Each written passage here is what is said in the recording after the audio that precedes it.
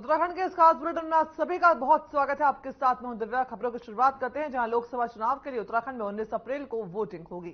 वहीं वोटिंग से पहले भारतीय जनता पार्टी अपने अंतिम दौर के प्रचार प्रसार में लग गई है।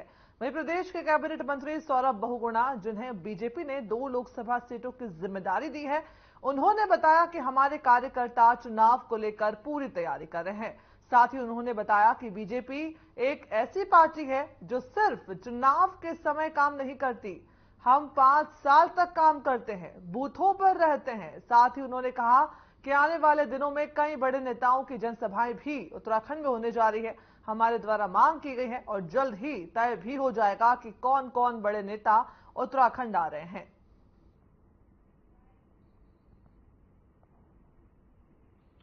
देखिए, भारतीय जनता पार्टी, मैंने हर बार कहा है कि सिर्फ चुनाव तैयारी नहीं करती है। हम 5 साल लगातार पब्लिक के बीच में रहते हैं, बूथों पे काम करते हैं, अपने शक्ति केंद्रों पे काम करते हैं और उसका फायदा हमको चुनाव में मिलता है। क्योंकि जब चुनाव आते हैं तो हमारी टीम वेल ऑयल मशीन की जैसे काम करती है। हम ऑलरेडी धरातल पे रहते हैं, लोगों के सुख दुख में साथ रहते हैं।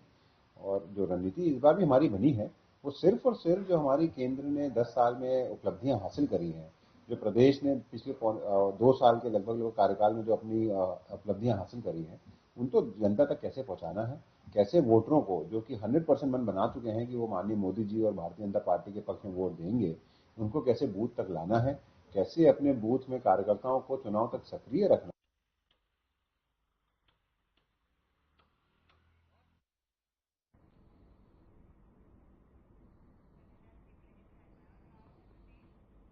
खबरों में आगे बढ़ते हैं, जहां भारतीय जनता पार्टी के लोकसभा प्रत्याशी अजय टम्टा शुक्रवार को नामांकन पर्चा भरेंगे। बीजेपी प्रत्याशी अजय टम्टा के नामांकन में सूबे के मुख्यमंत्री पुष्कर सिंह धामी, बीजेपी प्रदेश अध्यक्ष महेंद्र भट्ट, कैबिनेट मंत्री सौरभ बहुगुणा और कैबिनेट मंत्री रेखा आर्या अल्मोड़ा पहुंचेंगे। कार्यकर्ताओं में जोश भरने के लिए CM Dhami Ramsay inter college परिसर में जनसभा को संबोधित करेंगे। बता दें कि इस दौरान अल्मोड़ा लोकसभा क्षेत्र के अल्मोड़ा, पिथौरागढ़, बागेश्वर और चंपावत जिलों से पहुंचे हजारों कार्यकर्ताओं के साथ बीजेपी शक्ति प्रदर्शन करेगी। वहीं बता दें कि शुक्रवार को होने वाले नामांकन को लेकर के बीजेपी जिला अध्यक्ष रमेश बहुगुणा ने कार्यकर्ताओं के साथ बैठक की और आवश्यक दिशा निर्देश भी जारी किए हैं।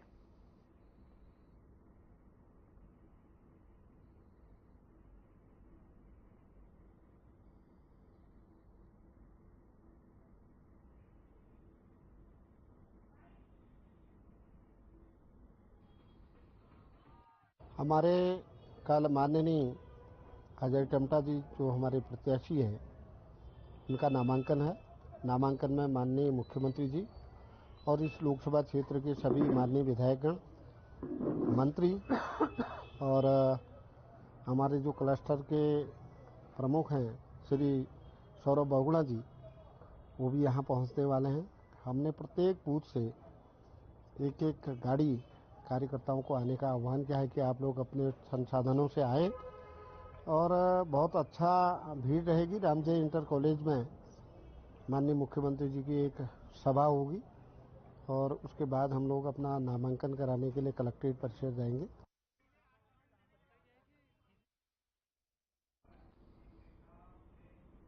वहीं लोकसभा चुनाव के लिए जहां पर एक और नामांकन प्रक्रिया शुरू हो गई है, तो वहीं अभी तक कांग्रेस 2 लोकसभा सीटों पर अपने प्रत्याशियों के नामों को लेकर के गहन मंथन कर रही है। बता दें कि कांग्रेस हाईकमान पिछले 48 घंटों से दिल्ली में बैठक दर बैठक किए जा रही है, और लेकिन कई बैठकों के बावजूद भी स्थिति साफ नहीं हो पाई है।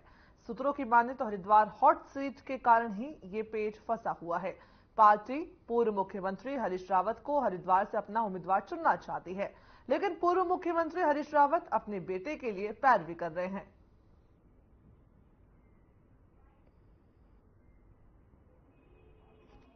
हाईकमान ही दे सकता है, क्योंकि मैं लगातार 2 दिन दिल्ली बैठकों में रहा हूं और पॉजिटिव और नेगेटिव एस्पेक्ट्स जो हमारे सभी कैंडिडेट्स के हैं वो उनसे बात चर्चा हुई है।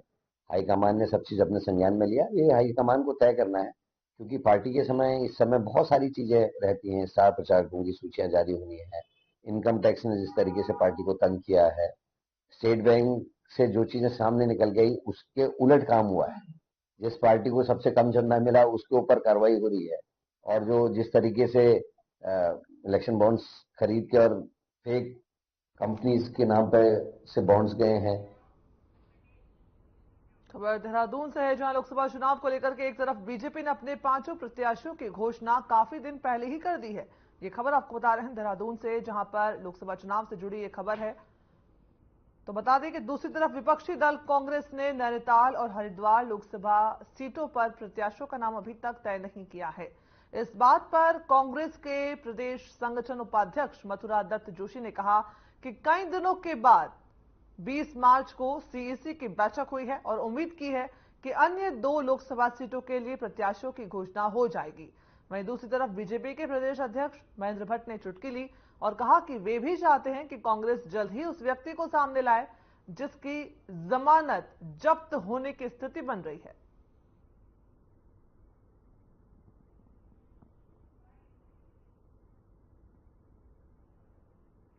अब क्योंकि कांग्रेस का आंतरिक मामला है, हम भी चाहते हैं कि जल्दी उनका निर्णय हो जाए, उस व्यक्ति को सामने लाएं जिसकी जमानत जब्त होने वाली स्थिति बन रही है। तो मुझे लगता है कि आज कांग्रेस के भी जो बड़े नेता इसको समझते हैं कि आज के चुनाव लड़ने का क्या परिणाम आने वाला है। तो मैं नहीं लड़ूंगा, इस द्वंद्व में शायद कोई बलि का बकरा बनने आ जाए। देखिए, मंथन कोई जारी नहीं है। अभी तक हमारी सीईसी की बैठक कल हुई है, कई दिनों के बाद। उसमें कई अन्य राज्यों के नाम तय हुए हैं। हमारा कल था, लेकिन संभवतः आज आएगा, कल नहीं आ पाया किसी कारणवश। आज सीईसी की बैठक में जो हमारे 2 बचे हुए लोकसभा के उम्मीदवार हैं, उनके नाम फाइनल होने की हमको उम्मीद है, और जैसे ही नाम फाइनल होंगे तो उसकी विधिवत घोषणा भी कर दी जाएगी। खबर देहरादून से, जहां संयुक्त मुख्य निर्वाचन अधिकारी नमामि बंसल ने मीडिया सेंटर में ब्रीफिंग करते हुए कहा कि 5 लोकसभा सीटों के लिए व्यय पर्यवेक्षक उत्तराखंड पहुंच चुके हैं। नामांकन के दौरान उनकी ओर से प्रत्याशियों और पार्टियों के खर्च की पूरी निगरानी की जाएगी। वहीं आपको बता दें कि लोकसभा निर्वाचन में शराब के दुरुपयोग को रोकने के लिए नियमित रूप से कार्रवाई की जा रही है।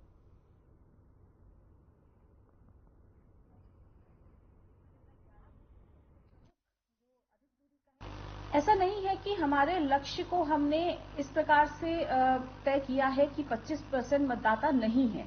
इसको हम क्लैरिफाई करना चाहेंगे। 75% का लक्ष्य हमने अपने पूर्व आंकड़ों को देखते हुए रखा है। जैसा कि हमने आपको बताया था कि 2019 में हम 61% तक पहुंच पाए थे, तो उसी को ध्यान में रखते हुए हमने 75% का एक रियलिस्टिक लक्ष्य अपने लिए रखा है। और डेफिनेटली प्रयास तो यही है, जैसा कि हमने कहा कि हम 100% मैन टू मैन मार्किंग करते हुए, मतलब obviously man here is a gender neutral term, man and women all, so इन सबको इंक्लूड करते हुए हम प्रयास यही करें कि प्रत्येक मतदाता तक पहुंचे और प्रत्येक मतदाता को प्रेरित करें कि वो मतदान केंद्र में आकर अपने मताधिकार का प्रयोग करें।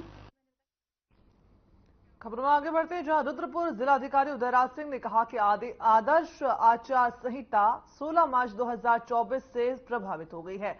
20 मार्च बुधवार से नामांकन की प्रक्रिया शुरू हो जाएगी। नामांकन की अंतिम तारीख 27 मार्च है।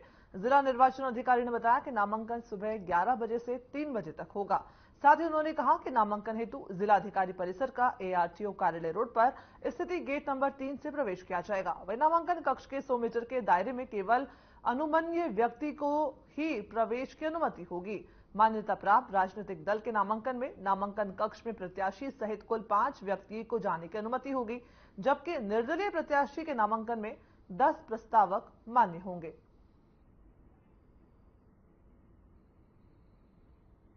अभी हमने जैसे ब्रीफिंग में आप लोगों को विस्तार से बताया कि कल 9 बजे निर्वाचन प्रक्रिया हेतु नोटिफिकेशन जारी हो जाएगा और तभी से निर्वाचन प्रक्रिया की शुरुआत मानी जाती है। निर्वाचन प्रक्रिया में जो नामांकन का समय है वो 11 बजे से 3 बजे तक का है। 27 तारीख तक नामांकन का समय है और नामांकन के लिए जो व्यवस्था की गई है वो कलेक्ट्रेट गेट नंबर 3 है ARTO कार्यालय वाला। वहीं लोकसभा चुनाव से पहले बीजेपी का कुनबा लगातार बढ़ता हुआ दिख रहा है। बीजेपी से 2012 में पूर्व विधायक महावीर सिंह रांगड़ ने एक बार फिर से भारतीय जनता पार्टी का दामन थाम लिया। 2022 में निर्दलीय प्रत्याशी के रूप में धनौल्टी से विधानसभा चुनाव लड़ा था और आज उन्होंने अपने समर्थकों के साथ बीजेपी प्रदेश कार्यालय पहुंचकर सदस्यता ग्रहण कर ली। इस बीच महावीर सिंह रांगड़ा ने कहा कि पार्टी की नीतियों से प्रभावित होकर उन्होंने फिर से भारतीय जनता पार्टी की सदस्यता ली। बता दें कि इस मौके पर राज्यसभा सांसद नरेश बंसल ने कहा कि हमारे बहुत सारे कार्यकर्ता थे जो पिछले विधानसभा में भूलवश अन्य दलों में चले गए थे और किसी कारण की वजह से उन्होंने निर्दलीय चुनाव लड़ा था, लेकिन आज उनकी घर वापसी हो गई है।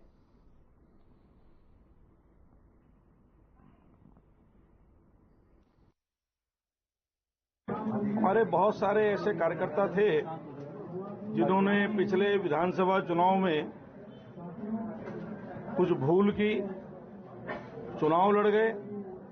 उनको अपनी गलती का एहसास हुआ, पश्चाताप हुआ।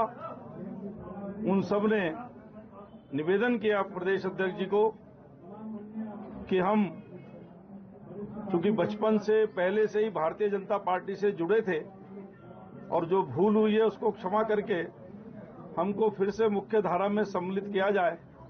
हम अपनी पूरी ताकत लगाना चाहते हैं मोदी जी को फिर से प्रधानमंत्री बनाने में। प्रदेश की 5 सीटों को पिछली बार से भी ज्यादा। वहीं लोकसभा चुनाव का बिगुल बज चुका है। चुनाव को लेकर सभी दलों ने कमर कसी है। इसी क्रम में बीजेपी प्रत्याशी अनिल बलूनी ने थराली विधानसभा के ग्वालदम, देवाल, थराली क्षेत्रों में जनसंपर्क किया। बता दें कि भारतीय जनता पार्टी के कार्यकर्ताओं ने लोकसभा प्रत्याशी अनिल बलूनी का जोरदार स्वागत किया और इस दौरान उन्होंने कहा कि प्रधानमंत्री नरेंद्र मोदी के नेतृत्व में देश विकसित भारत के संकल्प की ओर अग्रसर है।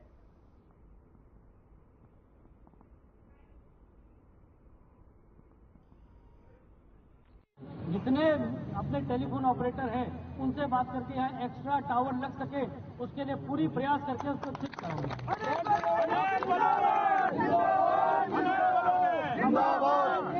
अब आप जिम्मेवारी मेरी है, ये गारंटी मेरी है, आप चिंता मत कीजिएगा।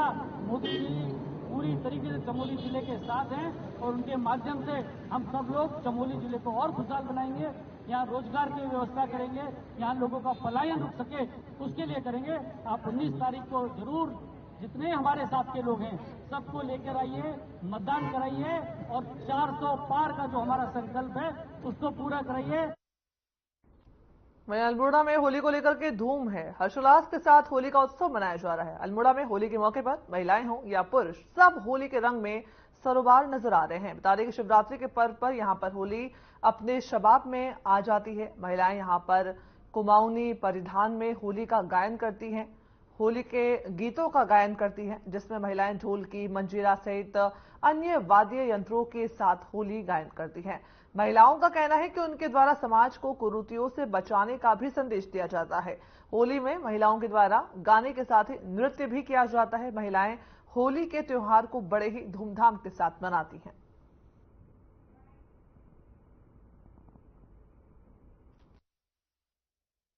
आज से हमारी जो है होली शुरू हो गई है। हम महिलाएं जो है घर घर बैठ के होली करते हैं। वैसे तो ये होली जो है हमारी बसंत पंचमी से शुरू हो जाती है, तो वहाँ पे जैसे जेंट्स लोग आते हैं।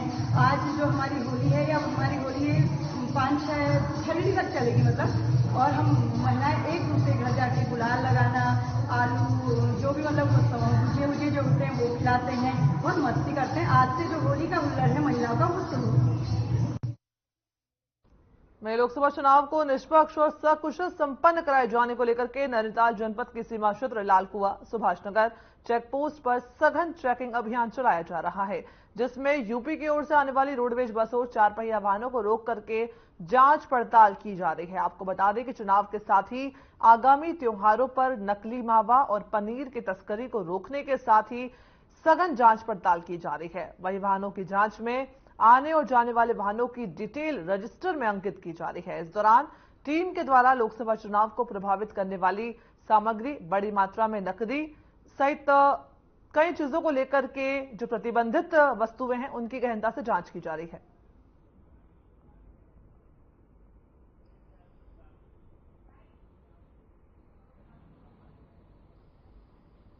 प्रभारी सुभाष नगर चेक पोस्ट से हूँ और यहाँ पर लोकसभा के चुनाव जो नज़दीक आ रहे हैं उसमें यातायात के जो ये वाहनों का चेकिंग की जा रही है। इसका कि जो लोकसभा में प्रतिबंधित जो सामान है ये या तो उनकी चेकिंग अधिकता ना हो और उसमें कोई अवैध तरीके से कोई सामान ना ले जाए, इसका अभियान हमारा चल रहा है जिसमें हम उसकी चेकिंग कर रहे हैं। अभी तक हमने 50 से लेकर 70 गाड़ियों को हमने अपनी चेकिंग कर चुके हैं। अगली खबर लालकुआ से है, जहां विश्व गौरैया संरक्षण दिवस के अवसर पर पर्यावरण प्रेमी और 2004 से गौरैया संरक्षण के लिए योगदान दे रहे गोपाल सिंह नेगी ने गोष्ठी का आयोजन किया। बता दें कि इस गोष्ठी के दौरान गोपाल सिंह नेगी ने गौरैया चिड़िया के बारे में सभी को अवगत कराया और साथ ही कहा कि ये चिड़िया हम सभी के लिए बहुत महत्वपूर्ण है। इस दौरान उन्होंने क्षेत्रवासियों को घोंसला वितरित किए, साथ ही गौरैया संरक्षण कैसे करना है, इसके क्या लाभ है, इसकी भी जानकारी दी।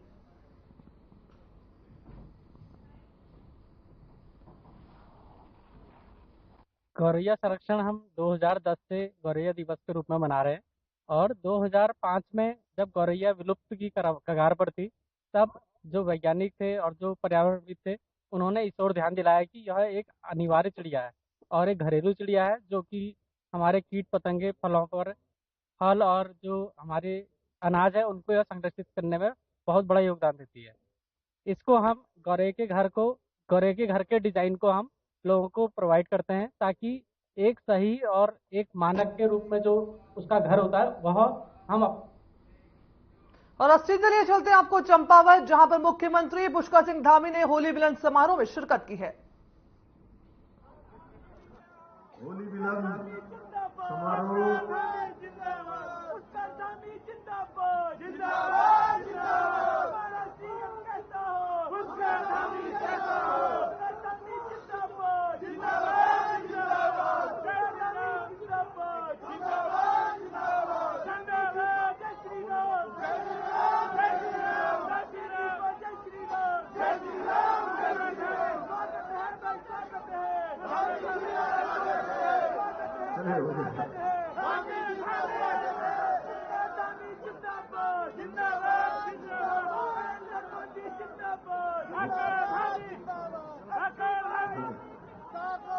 होली मिलन समारोह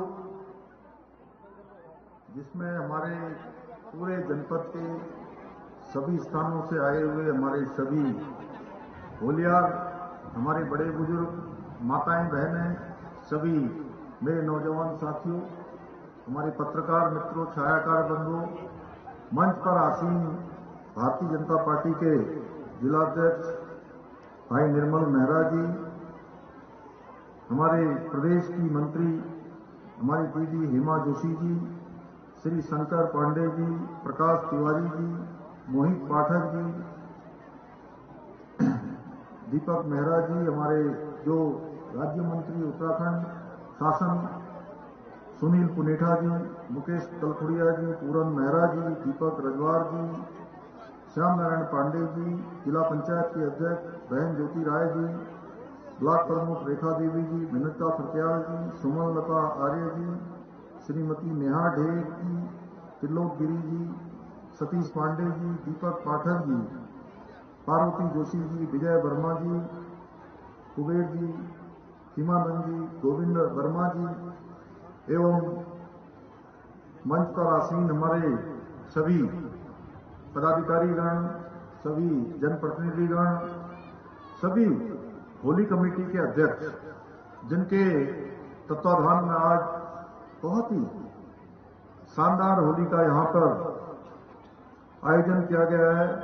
हमारे बूथ के अध्यक्ष, सभी हमारे पदाधिकारीगण, समस्त मोर्चों के अध्यक्ष, पदाधिकारी, सभी देवतुल्य कार्यकर्ता भाइयों एवं बहनों, मैं आज होली के इस शुभ अवसर पर आप सबको अपनी ओर से बहुत बधाई देता हूं, बहुत शुभकामनाएं देता हूं कि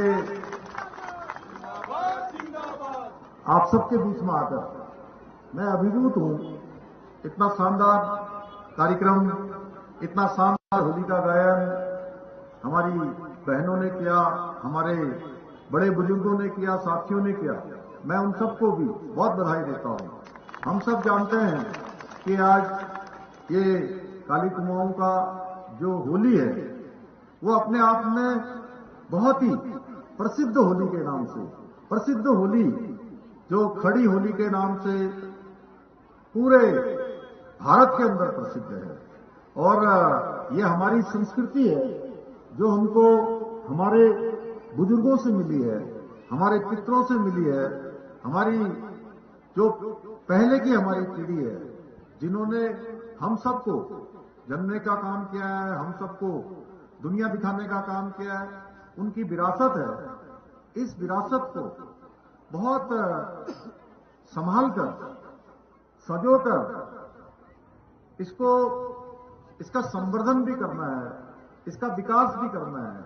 और जो हमारी नई पीढ़ी है, आने वाली नई पीढ़ी, वो इसके महत्व को, इसकी हमारी संस्कृति को भली भांति समझे, ये हम सबका प्रयास होना चाहिए। और मुझे बहुत खुशी होती है, पिछले वर्ष मैं लोहाघाट भी आना चाहता था, चंपावत भी होली के कार्यक्रम में यहां तो आया, लेकिन वहां पर नहीं जा पाया। मुझे उसका थोड़ा सा ये लगा कि अवश्य मुझे आप सबके बीच में होना चाहिए। और इस बार मैंने तय किया था, पहले से तय किया था कि कैसे भी होगा, चुनाव का समय है, लेकिन मैं अपने परिवारजनों के बीच में, हमारे परिवार के लोग हैं और उनके इस शुभ अवसर पर, ये जो होली का त्योहार है, रंगों का त्योहार है, अगर किसी के मन में कोई थोड़ा सा भी, थोड़ा छोटा बड़ा कोई छोटी गांठ पड़ी हो, छोटा कोई न्यूनता आई हो, कमी आई हो, उस सब को भरने का त्योहार, उस सब को मिटाने का त्योहार ये होली है। और होली में हम गले मिलते हैं, एक दूसरे को रंग लगाते हैं। और हमारे यहाँ तो पूरे उत्तराखंड में कहीं बैठ के होली होती है, कहीं खड़ी होली होती है, कहीं रंग की होली होती है। और नीचे की तरफ उधर खटीमा साइड में जो हमारे जनजाति के बंधु हैं, वहां पर मरी होली भी होती है। तो अलग प्रकार की होलियां मनाने का हमारा त्योहार है। तो ये बहुत सुंदर आयोजन है, मैं आप सबको बधाई देता हूं। इस बार की होली बहुत विशिष्ट होली है। और इस बार की होली में हमें संकल्प लेना है कि हम भ्रष्टाचारी रूपी जो रावण है, उस रावण को इस होली में पूरी तरह समाप्त कर देंगे। तुष्टीकरण को देश से समाप्त कर देंगे। देश के अंदर समानता लाने के लिए, देश के अंदर विकसित भारत बनाने के लिए जो हमारे प्रधानमंत्री मोदी जी के नेतृत्व में आज रात दिन परिश्रम किया जा रहा है, अपने को, अपनी तपस्या जो कर रहे हैं, भारत को विश्व गुरु बनाने के लिए, भारत को दुनिया का सिरमौर बनाने के लिए, भारत अग्रणी देश बने, दुनिया का नेतृत्व करे, ऐसा भारत बनाने का काम हमारे प्रधानमंत्री मोदी जी के नेतृत्व में हो रहा है। हम सभी जानते हैं कि उन्होंने किस प्रकार से इतना परिश्रम किया है 10 सालों में। जो ऐतिहासिक निर्णय प्रधानमंत्री आदरणीय मोदी जी के नेतृत्व में लिए गए हैं, आज पूरी दुनिया देख रही है कि भारत किस तेजी से आज दुनिया के मानचित्र में अपना स्थान बना रहा है। आज दुनिया के अंदर कोई घटना होती है,